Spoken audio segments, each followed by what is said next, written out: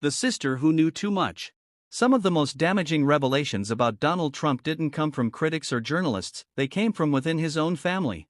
Not an adversary, not the media. His own sister.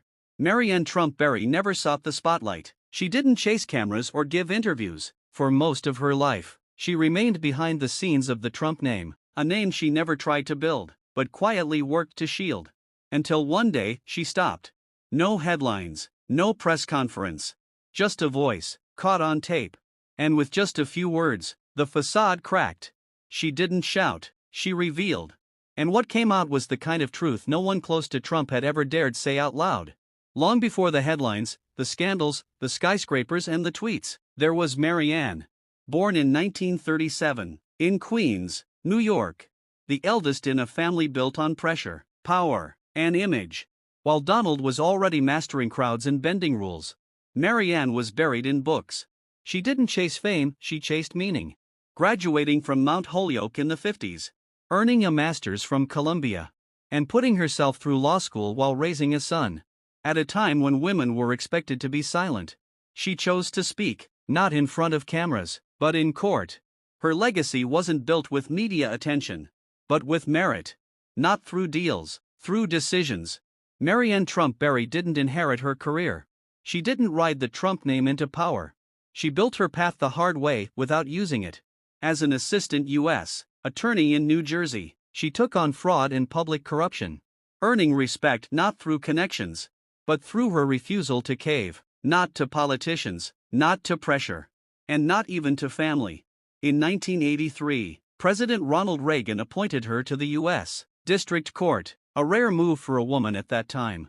By 1999, she had risen to the U.S. Court of Appeals, just one step below the Supreme Court. Marianne wasn't just brilliant, she was fearless. In one high-profile case, she rejected a soft plea deal for corrupt NYPD officers, making one thing crystal clear: justice wasn't about what was easy. It was about what was right. Even if that meant going against the grain. Even if it meant standing alone. That wasn't how the Trumps did things, but it was how she did. As Donald's fame exploded, Marianne stayed silent. While he opened casinos, graced magazine covers, and ran for president, she never publicly weighed in. Not when he exaggerated. Not when he gloated. Not even when he held up her career as proof of the Trump family's greatness. He used her reputation, the honorable judge, the respected public servant, to polish his own. But she never returned the gesture. Still, she didn't speak. And for years, her silence looked like loyalty. But maybe it wasn't. Maybe it was protection. For herself. For others. Or maybe even for him.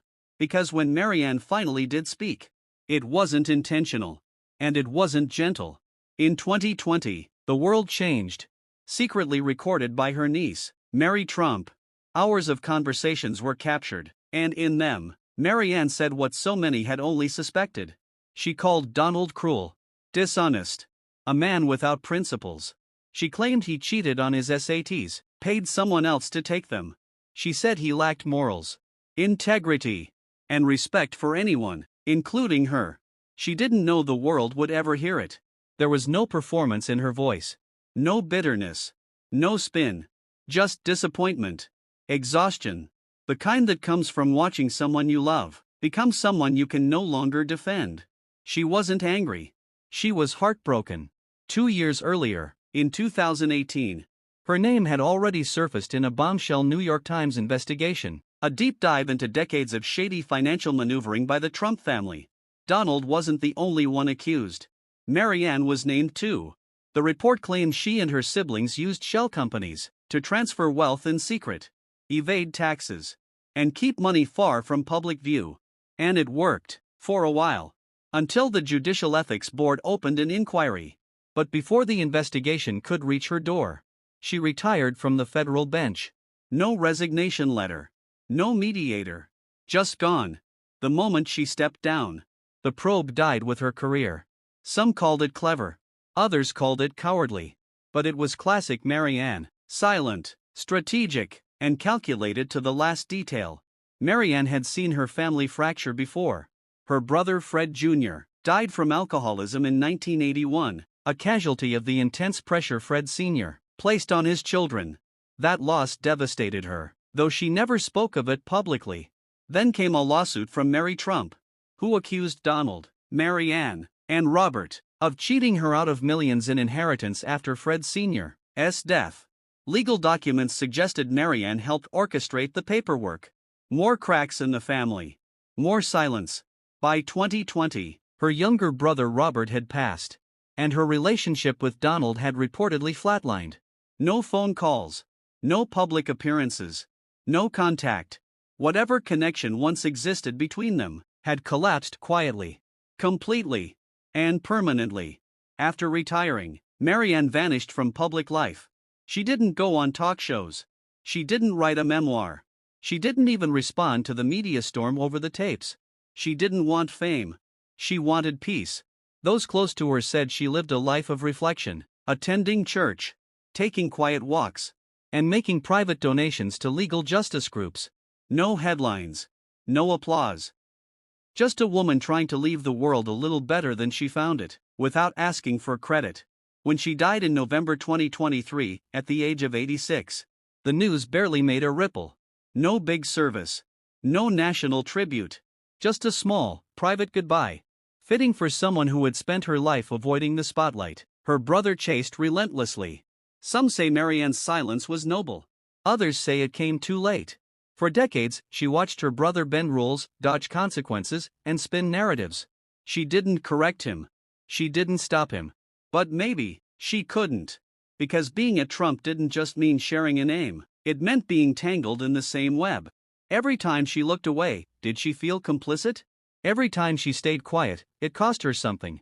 Some legal experts believe her silence helped Donald climb higher. He used her legitimacy, a federal judge, to shield himself from critics. She gave him credibility, even if unintentionally. And when she finally stepped back, it was too late to untangle her name from his. That's what made the secret recordings so devastating. They weren't just gossip. They were the sound of a woman finally saying what she should have said years ago. Not to tear down her brother, but to reclaim the truth. After retiring, Mary Ann lived almost invisibly. Friends described her as distant, reflective, and tired, not physically, but emotionally. She rarely left her Manhattan apartment, except for mass or private walks in Central Park. She donated quietly to immigrant rights groups, law scholarships, and legal clinics for low-income families. She didn't write a memoir. She didn't correct the public record. She didn't defend her name. She let her silence speak louder than any statement ever could.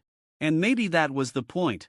Because in a family obsessed with controlling the narrative, Mary Ann let the truth slip out, in the one way no